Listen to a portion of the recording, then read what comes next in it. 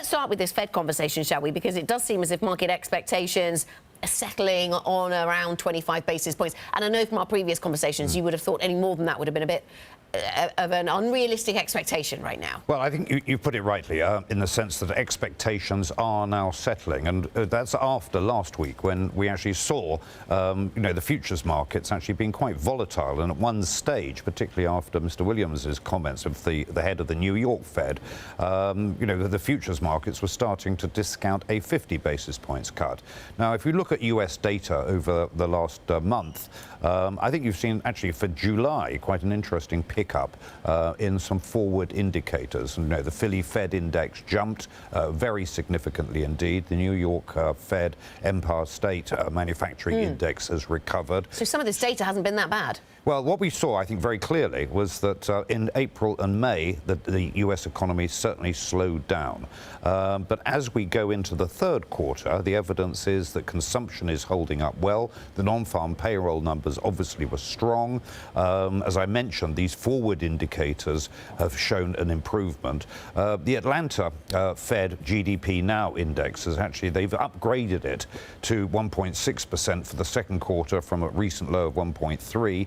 The consensus actually is somewhat higher than that, so the second quarter possibly 1.8%. So I think there is a strong case for a 25 basis points cut.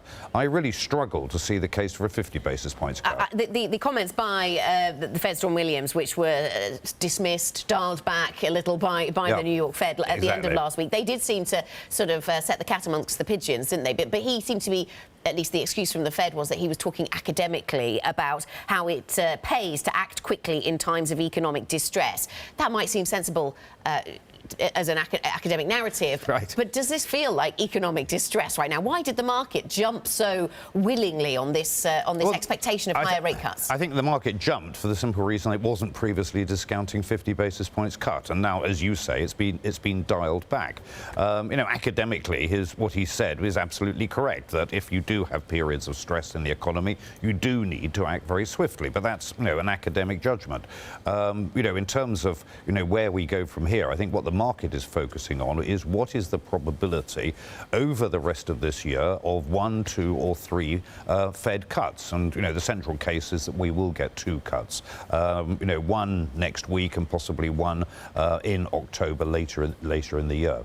And arguably, with 2-year US Treasury yields trading at about 1.8%, the 10-year trading at just over 2%, I would argue that is discounted. So there is a risk that next week the market says, well, what happens now? And if the economic data for the third quarter, as I would argue, is starting to improve, then you actually could have expectations sort of being rather dampened as to where the Fed goes from here. And where do stocks go in that environment then, Bob? I've got a chart here that shows a modern-day version of the Dow theory. Dow theory talked about how transport stocks were necessary for any sustainable Dow rally in the Dow. Yep. And Stratogas has come up with this new age Dow theory, which suggests that semiconductor stocks are the modern-day version in the Nasdaq. So you need the semis to rally if you're going to see the Nasdaq sustainably rally. So where does this leave us in US equities? Because we're not all that far from these record highs at a time when we're talking about Fed cuts. Well, I think the first point to make is a statement of the obvious. Year to date, the S&P is up close to 20%. Same for the Nasdaq.